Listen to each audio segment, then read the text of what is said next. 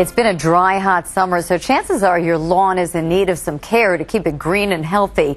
But a growing number of residents and municipalities are going organic, believing that pesticides may be linked to breast cancer. The lawn care industry says there is absolutely no proof. Now, there is one voice leading the charge that pesticides may contribute to cancer risk. In his new book, Nurture Nature, Nurture Health, Dr. Mitchell Gaynor, New York oncologist and founder of Gaynor Integrative Oncology, makes the case that a host of environmental factors, including lawn pesticides, have contributed to the dramatic rise in breast cancer rates. He spoke with me recently.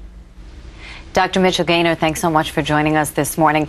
The question is, do lawn care pesticides cause cancer? And in your new book, you do suggest the answer is yes. So where's the proof? Well, I think if we look back, in 1995, the New York State Attorney General looked at the use of pesticides on golf courses in Long Island. Long Island is basically has one large aquifer where a lot of people get their drinking water.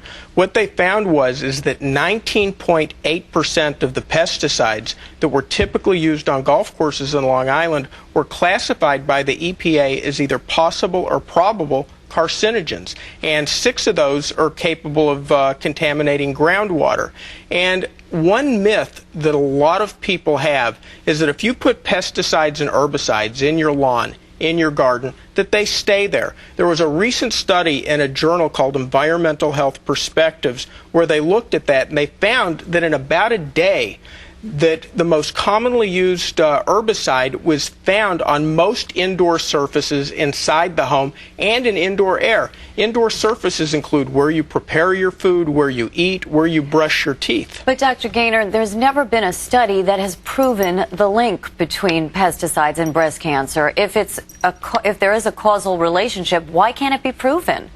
Well, I think that in light of what we do know, the fact that those studies have not been and are not being done is absolutely remarkable. So it's not that they can't prove it in a study, it's that the studies haven't been done.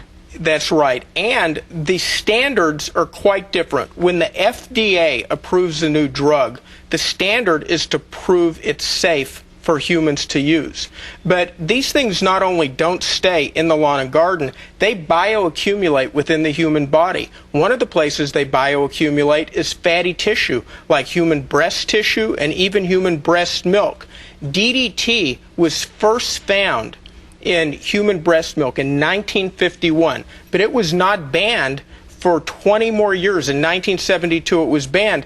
A number of the pesticides and herbicides that have been used were only banned after there was proof of harm. So we need to test these the way the FDA tests drugs. We need to show proof of safety before these are released to our children and families, the way that drugs are tested. Also, they're only tested one at a time. They're not tested the way they're found in nature, which is multiply. So when you look at studies in terms of human breast tissue, human breast milk, there are many pesticides and herbicides that are in current use and which have been banned found in that tissue. And when we look at 1 in 7 women in this country having a lifetime risk of breast cancer, that's really atrocious. 1 in 3 people in this country will hear the words, "you have cancer," at some point in their life. Dr. Mitchell Gaynor, thank you so much for joining us. You.